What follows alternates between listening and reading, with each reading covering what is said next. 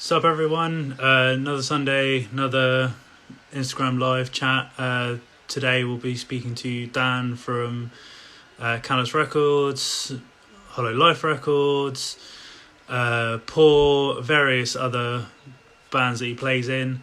So yeah, going to be chatting away with him once he joins in the little conversation. So looking forward to this one. Just waiting for him to join in. So give me 2 seconds and I'll get him in. Just doing the socials as well. Hello, everyone. Hello, mate. How's it going? Yeah, not too bad. How are you? Yeah, not too bad, man. Not too bad. Sorry, I'm just doing my social posts because I'm that guy. Yeah, How's things? How's lockdown life? it's got its ups and downs for sure. Yeah. I'm working from home at the moment, and I hate my job. So Why is your day job? I don't actually know. I take calls for home and car insurance, LV. It's Okay. just really like just really tedious, Yeah. and we're getting so many calls from people who are like, "Oh, how like."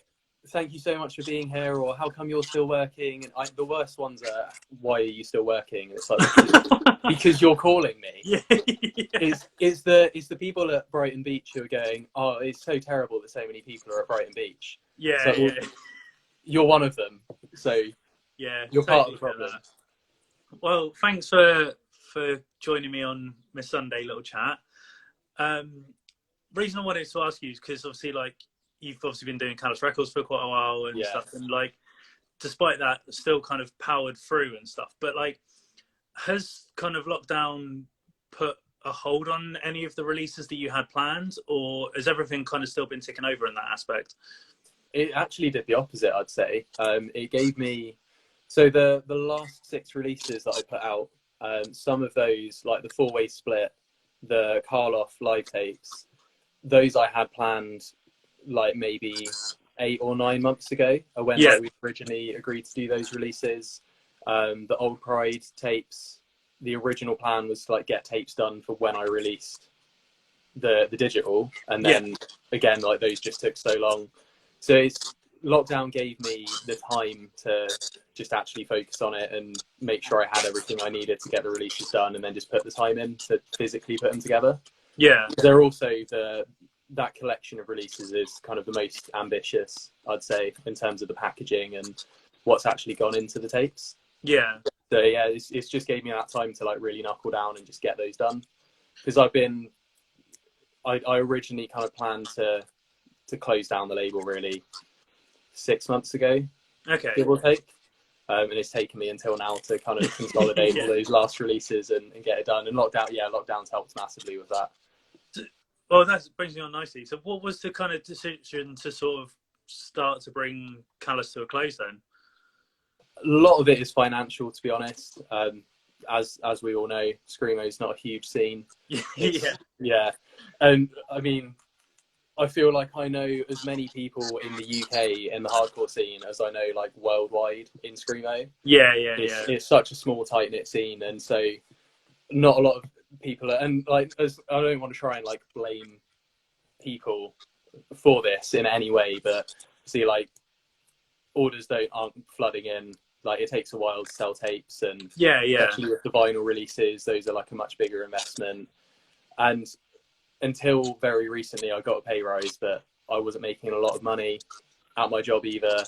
And yeah, a lot of it was just the financial stress of putting money. And I mean, I've been in like an overdraft until like this year for like the previous 4 years of my life. At the very bottom of it, and it was just the financial stress of it was just getting a lot, I think.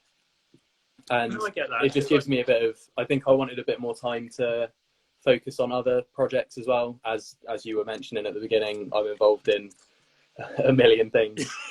So yeah, it just gives me a bit of time to focus on some other stuff as well.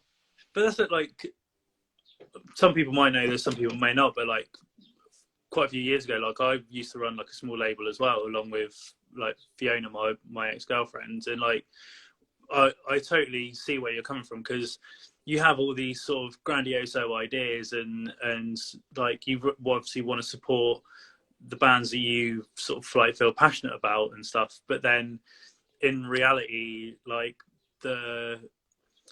from the label kind of side of things, like the thanks isn't always necessarily there. Like it's cool that the bands get to have a physical thing, but like I remember there was one record that we put out, and I was literally like right up until the last day where we like closed the label down, like I still had like 30-40 presses of this one record, and I was like, how the fuck am I going to get rid of this? Sort of just sort of sat in my my spare room sort of thing. Yeah, especially with the vinyl releases. Like the big issue I found with those is obviously I don't have the money to do 250 records. So I'm taking a portion, and with Screamo as well, as most of us know, it's so common to look at the back of a 12-inch and see 7 different labels. Like so many people get involved, and for a long time I've been the smallest label involved in the vinyl releases that I put out. So it's kind of like the band sells all their copies, and all the other labels sell their copies, and then when 220 of them are gone, I then start to sell my 30 copies. And it just takes that long. And with smaller bands as well, it's going to take time for 250 records to sell in the first place. And so, you just end up with all these copies, and you're like, well, how am I going to ship these? What am I going to do with them? I mean, I reckon I've got probably 80% of all the vinyl that I've ever had in stock for the label. I've still got. But the tapes have gone a lot more recently, but the vinyl's just not moving. I guess on the flip of that, like the other thing that I wanted to kind of ask you about, something that's done well for you guys, is obviously the self-defense tape. How did that all come about? Do you know James Delzer? Yeah. So he did the the coronavirus. It's like the Boris Johnson with the coronavirus head rip-off self-defense shirts recently. As like a charity thing. And then I found out that the Yu-Gi-Oh! Self-defense rip that I'm aware of was also done by him. That just kind of, I've got like this bucket list of things that are probably achievable in life, but realistically I'll never go through the time and effort required to achieve the thing. Like the first one that went on there was play drums on a Taylor Swift tour. And I know that if I put in like 4 hours a day, like just getting insanely good at drums and kind of learning the more professional side of it, I could probably pull that off. But I'm never going to put in that much time and effort. And releasing self-defense is one of the things on that list. So James's t-shirts just gave me this idea, and I was like, fuck it, I'll just going to message Patrick Kindlen and just see what he says. I got aired on Instagram and Facebook to start with, but then he did like a live Q&A on Instagram. And then I just chucked in the comments, can I release the corrections officer and donate the money? And he said the 12 gauge records hold the rights to it, so double check with them, but if they say yes, I say yes. So I just emailed Jihad from 12 gauge, was like, I really want to release this, do you mind? And he was like, yeah, fucking go for it. And then he ended up getting involved as well, so there's another 50 copies that are currently on their way to him.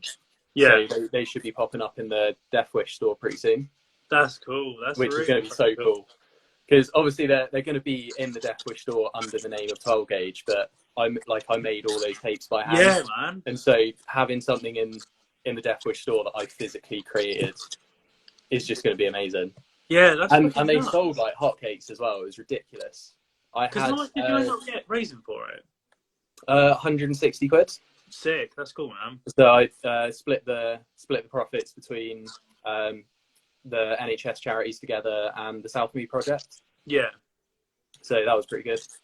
That's cool, man. And like, it's nice to kind of know that, like, I know like Self-Defense maybe not be like the biggest band in the world, but they're obviously like a bigger band, and it's cool to know that they're still like attainable in that aspect. Because I think like, again, like when I was sort of doing the label, like you think, oh, I'd love to like release X band, but like for me personally, I always thought it was unattainable. So it's cool that like it just takes a simple like message and that gets the ball rolling, sort of thing.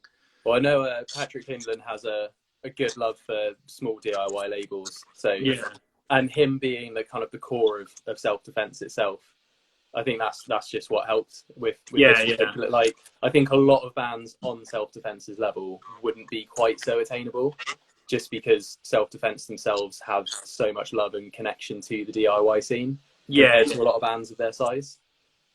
Yeah, but it's just so cool to know that that they are attainable. Yeah, and obviously, like the other kind of label that you do, like Hollow Life's a bit more kind of on the hardcore side of things, and stuff like that. So, like again, is with Callous kind of coming to an end, are you going to shift your focus more to that, or is that still just some kind of like a pet project at the moment? I think I will be putting a little bit more time into it, but that one's got a very specific sort of niche. So that is just focused on punk and hardcore from kind of southwest England. Yeah.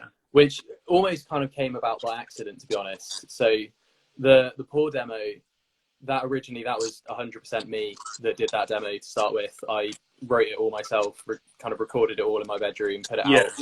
And I just really wanted to make some tapes of it. I got a lot of really good feedback from people on it. So I thought, I'll make some tapes. But then at that time, Callous was still quite young, and I still had this idea of it being a very Screamo specific label. And so I didn't want to put out something that was more punk, verging on power violence on Callous at that point. So I just kind of stuck it under a new name just for the sake of getting the Poor demo out. Yeah. And then the opportunity came along to release the Sick Ones. It was the last Sick Ones record they did with them. Oh, yeah. And so I thought, that would sit really nicely along Poor. Obviously, both hardcore bands, Poor from Bristol, Sick Ones close enough, just threw them down the road. So yeah. And then it just kind of grew a little bit from there. I did the Strike Back record, the next Sick Ones record. I very recently released a Drug Victim 2-track. Yeah. So they've got a 7-inch coming out at some point hopefully this year. Time allowing.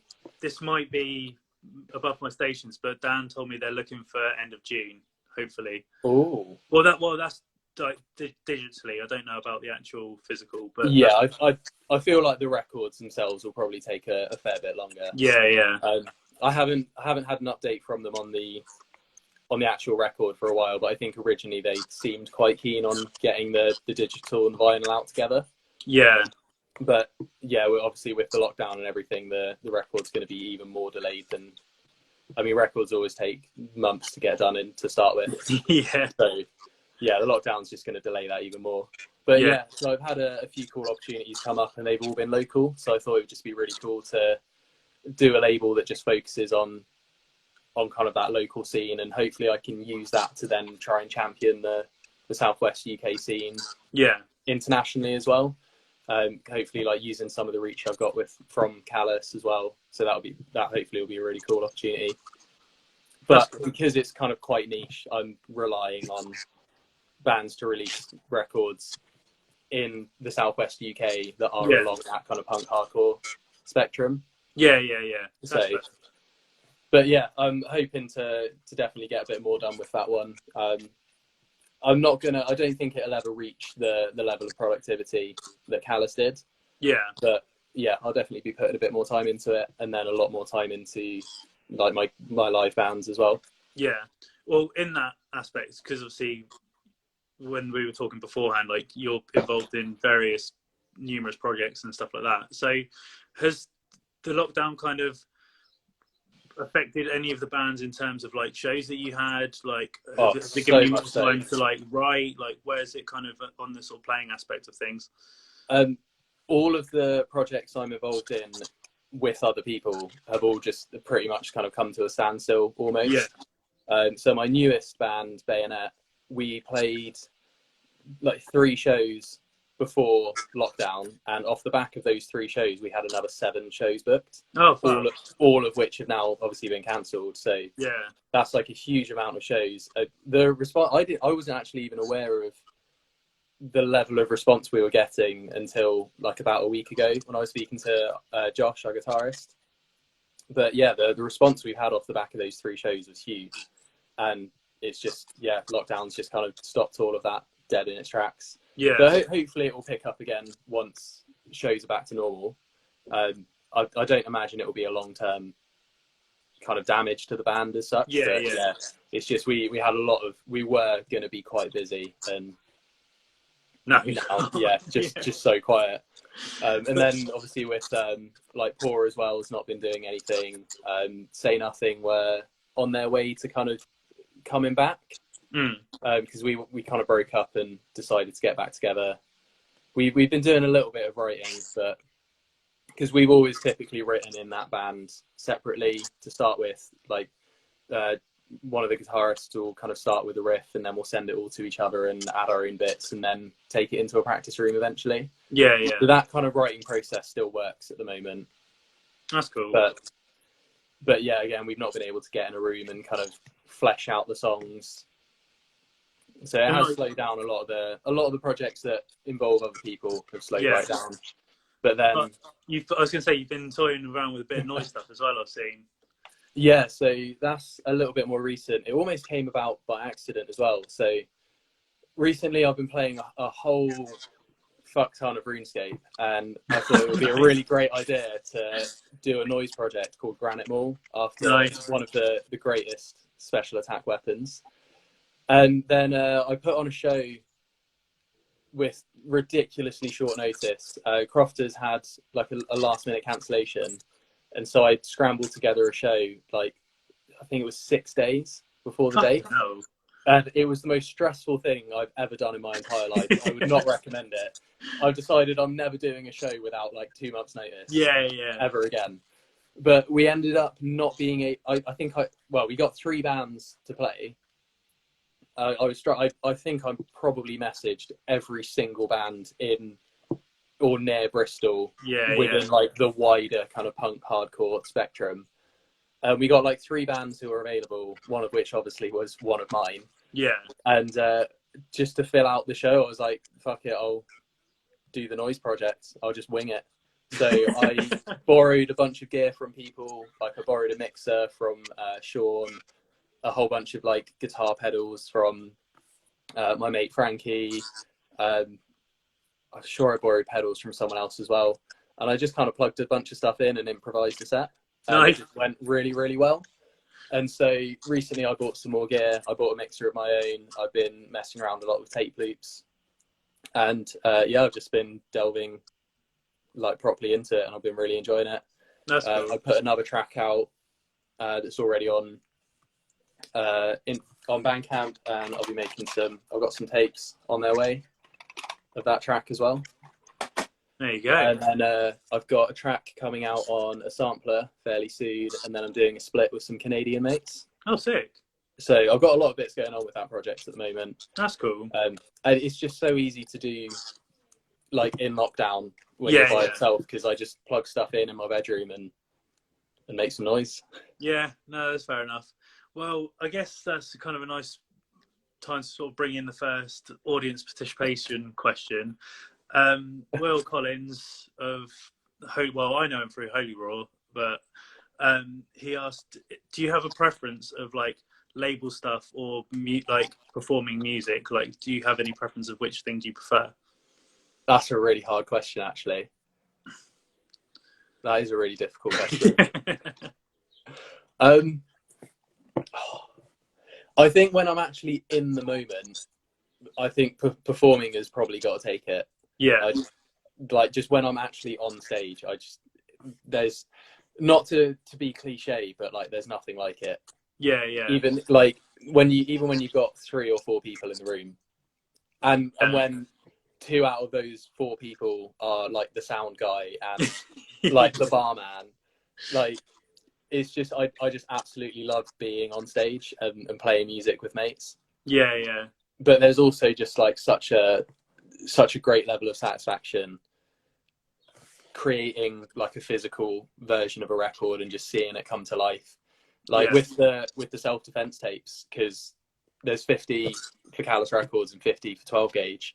When I finally had all the artwork printed and cut out, and I had this huge stack of 100 tapes, it looked amazing, and it was just so nice to see it all come together. Yeah. And I've just had one here from, I think, Nick Povey's just asked, what's your favourite record of 2020 so far? I've actually got an easy answer to that question. It is the new album by The Weeknd. Oh, I haven't listened to it yet, to be honest. It's unbelievably good. Oh, it's no surprise that he's the current #1 artist on Spotify.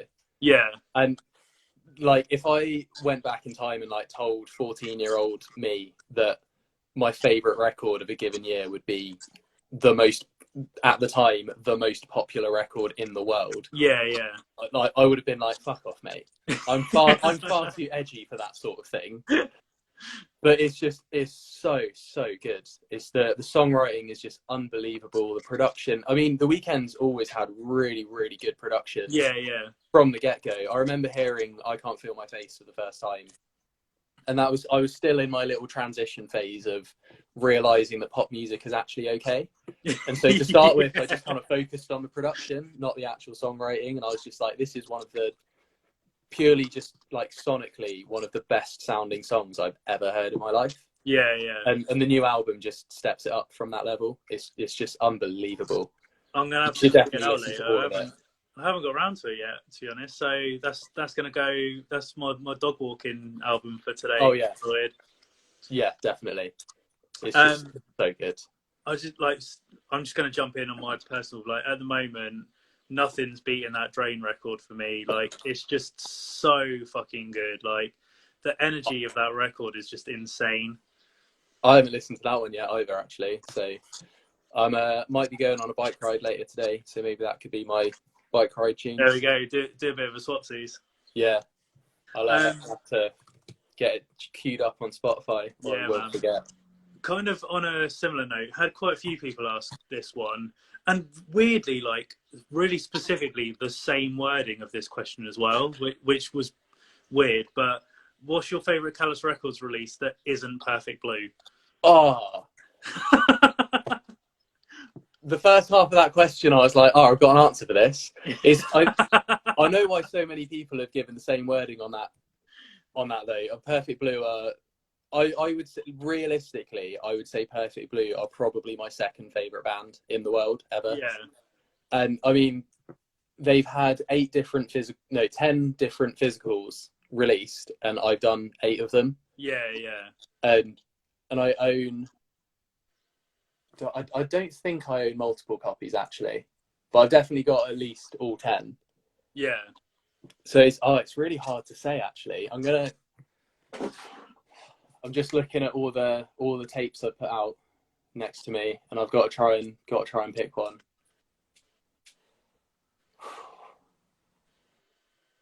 I would say Bathari is probably up there. Yeah. That was the 3rd release I ever did. Just absolutely stunning emo violence. They've just recently announced they've got a new record coming out. Oh, sick! Which I'm incredibly excited for. Goodwill probably up there as well. I've got a great and really annoying story about Goodwill. Go for it. I released Fallow from Cardiff, and then I found out afterwards from speaking to Adrian that he was in a previous band called Goodwill. Checked them out, and they were like everything I loved about Fallow, but even better, just even more. And then I found out that they'd only ever played one show before they broke up. Yeah. And I had no idea about this happening until like 2 years after the show. I turned up to that show as they were packing down. Oh shit! Like, I walked in the room and saw a band packing down on stage. Had no idea who they were like at the time. Hadn't heard any music from them. Like knew nothing. And then I just found that out so like later, and it's just it's so frustrating because it's one of my favorite Screamo records ever. That's mate. And it's just so gutting that I missed their set and it wouldn't have been a long set either. So if I turned up literally 15 or 20 minutes earlier, I probably would have caught the whole thing. That's nuts. So that was just really frustrating. Yeah. What was the first record you ever put out with Callous? That was a band called Treehouse. So okay.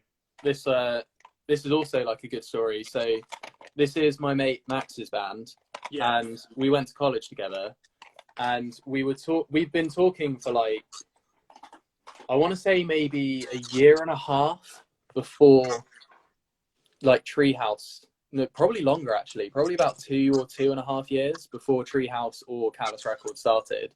Yeah. We've been talking about. I was saying how like he really needs to start a band. He'd been like playing around with riffs and stuff, and I just kept saying, you really need to start a band. You really need to like get these ideas into a band and put it out. And eventually after like a year of those discussions, it was like, oh, no, I should start a record label, and I'll put out the record.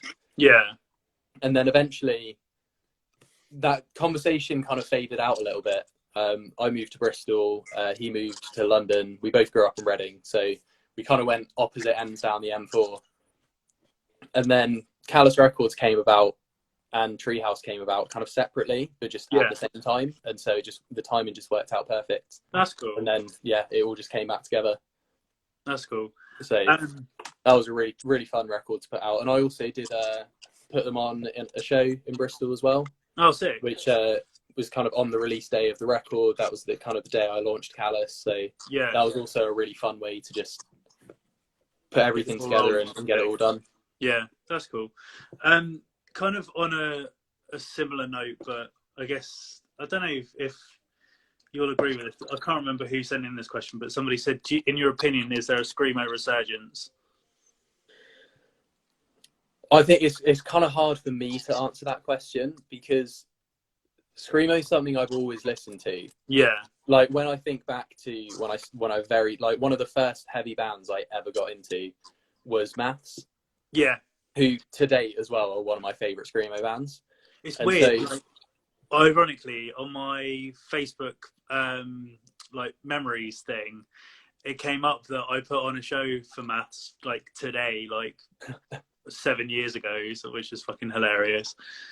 Oh, they're so incredible live as well. Yeah, man. But yeah, but they're also a band that like I didn't really like categorize as being a Screamo band for like years after getting into them originally. Yeah, I didn't really know what Screamo was at the time. Yeah, so in my head they were just kind of like chaotic hardcore, I guess. Yeah. So I've always like listened to Screamo. There's a couple of other Screamo bands along the way that I've always been into, but it's only something that I've really like delved into pretty much since starting Callous. Yeah.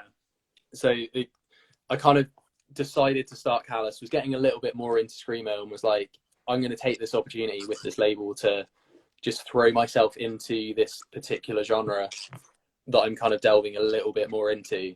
And then it's all kind of, my love of Screamo just grew with the label. Yeah, yeah. So I feel like I'm a little bit new to the Screamo scene, like the wider Screamo scene. So I think it's a little bit hard to say.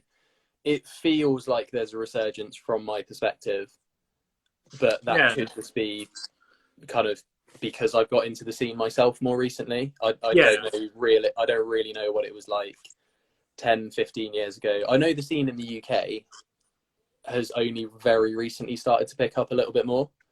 Yeah, I think like it kind of went through a bit of a phase, sort of maybe, I'm trying to think now, maybe like 8 years ago, sort of like, about 8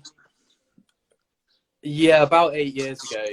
Because I remember when, like, it's like Crocus, Vales. Yeah, like that. It's the whole Cornish scene, really. Yeah, yeah, and like you had sort of Caged Bird, For This World Is Hollow, and stuff like that, and then obviously members of that have now gone on to do Cady, but like once those bands kind of stopped, there wasn't really that many sort of Screamo bands in the UK, but I think in the States it's always kind of been something that's kind of bubbled under, but obviously we've got the beauty that is the internet now. Like it's like just seems to be a lot more kind of prevalent like in the US, I think, and like a lot more accessible as well, which is cool. Yeah, definitely. I think the the US scene has been a little bit more consistent as well. Yeah, you've had a lot of the kind of big players in the US at the moment have been running for quite some time now. Yeah, Whereas yeah, in the UK, like Katie are a fairly new band. Punch On have only been a band for like a year and a half or so. yeah, Obviously, Callous Records was only running for 2 years. Adorno's not really much of a thing anymore, but Adorno's only started maybe 3 years ago by now. yeah, And they kind of quietened down about a year ago, so they only ran for about 2 years. Whereas then, like Middleman Records has been going for a long time. Coda Regalia, basically everything that Sean Decker does, which makes up probably like half of the US scene. Yeah. And then you've got like Zagima Beach as well in Canada. They've been running for quite some time. And then obviously all the projects that Dave Norman's been involved in. So I feel like there's been a bit more consistency in the US scene. I think obviously you've got us here in the UK are a lot more fickle.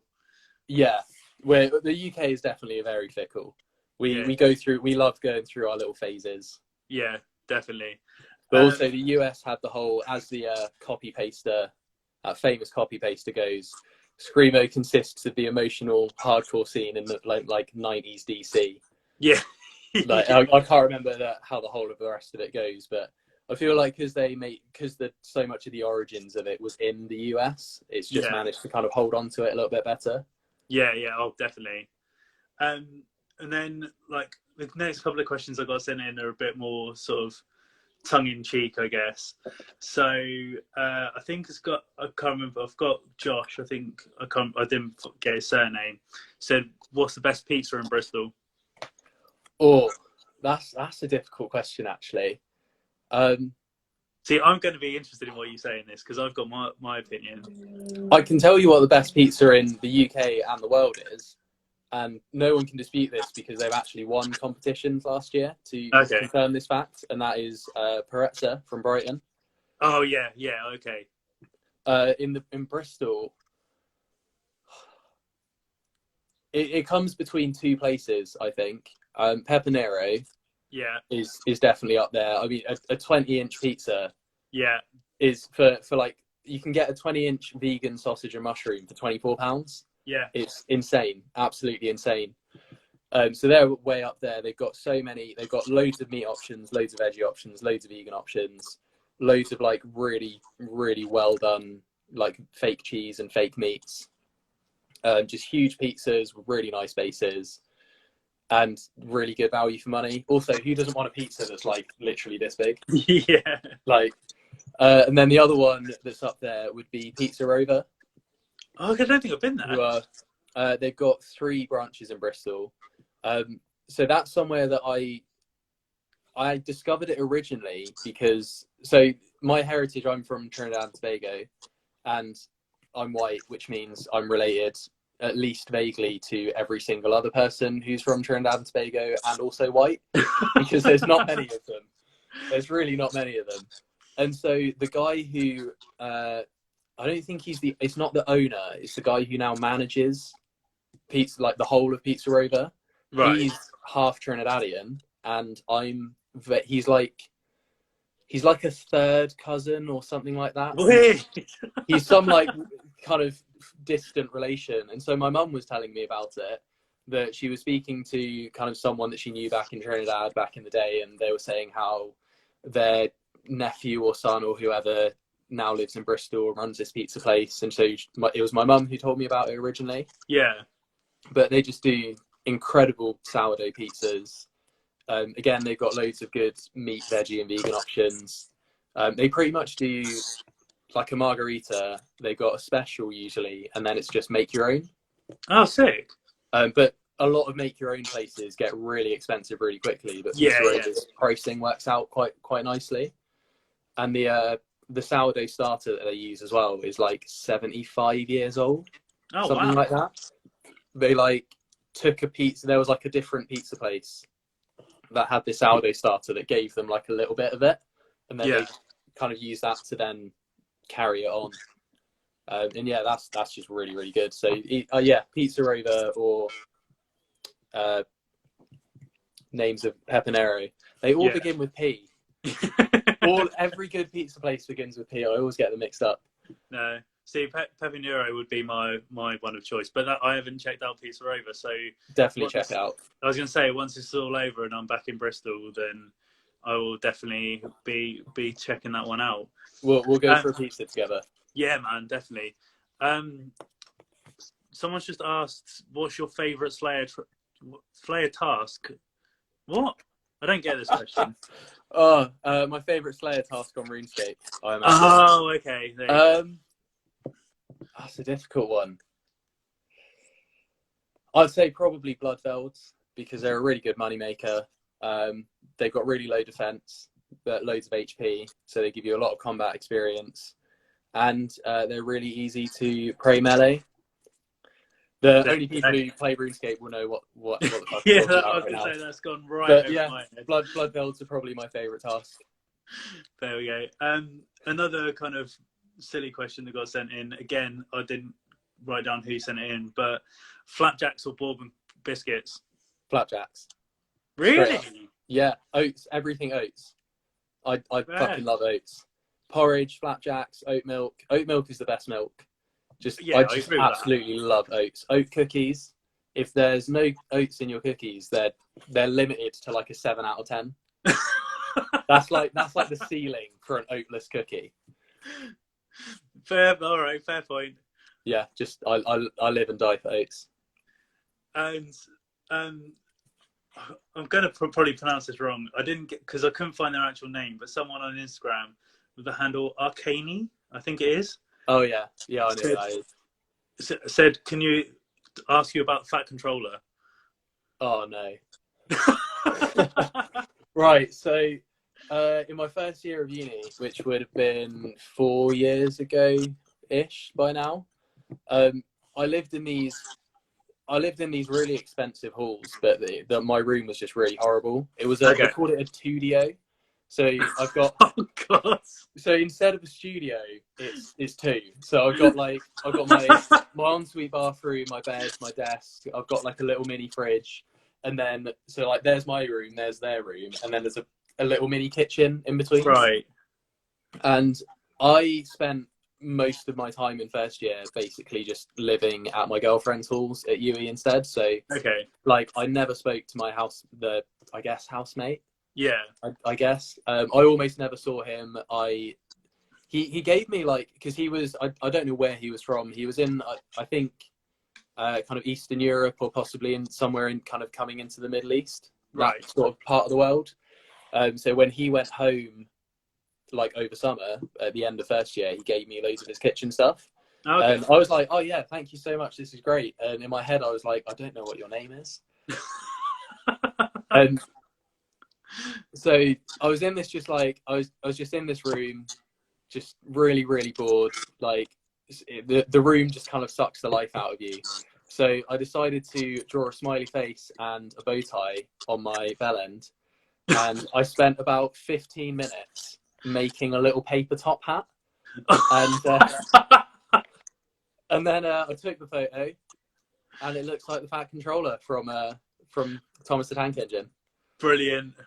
That's fucking phenomenal. So, and it came up in the guy who sent that question in. He's Kurt. He plays bass in pretty much every band that I play in. Okay. It like came up in conversation a couple of days ago. So that's probably why he's asked that. There we go. And now everyone that's watching this now knows that as well. Yeah, which to be fair is only 9 people, so it's still a fairly guarded secret. It's still fucking cool though. Before I let you go, Dan, how I've been asking like everyone that guests on this at the end, like apart from the obvious of sort of like seeing mates and whatever, going to gigs, what's the thing you're looking forward to most post lockdown? I'm going to go on, I've already decided this like weeks ago, I'm going to go on like a food tour of Bristol. Okay. So I've still not had the meatless marinara from Subway. So going to get the meatless marinara, going to go to Greg's, going to get the steak bake, the sausage roll, the donut. Yeah. I completely forgot about this place when you asked about pizza actually. There's a place called Taste of Napoli. Yeah. In a city centre. So they do amazing pizza, going to go there. And what I love about them as well is they make all their pizzas like kind of in advance in slices and just put Yeah, them in. yeah. So you don't have too much of a choice of like what toppings you get. You kind of just turn up and what they've got is what you get. But they've always just got really good options. And a lot of like stuff that I've not tried before as well on pizza. So that's really good. So I'm going to go there. The KFC vegan burger, definitely. Yeah. Going to get like 2, possibly 3 of those. I think the only like vegan junk food that I'm not massively looking forward to post lockdown is Papa John's, just because they're still running and I've still been able to eat their pizza during lockdown. Yeah. But yeah, I'm just really excited to go on a little food tour of all the vegan junk food in Bristol. Going to get some ooey as well. That'll be really good. Cafe Kino. I'm going to be so bloated. Well, me and Milvo have already decided that we're going to, rather than go on a pub crawl, we're going to go on a chip crawl. So we're just going to go around Bristol eating a shitload of chips. So that sounds good. Let me know when that's going on. I'll come on. Man. That sounds great. But yeah, cool. All right, thank you very much for doing this, dude. Really appreciate it. Yeah, thank you for having me. Hopefully see you in person a lot sooner rather than later.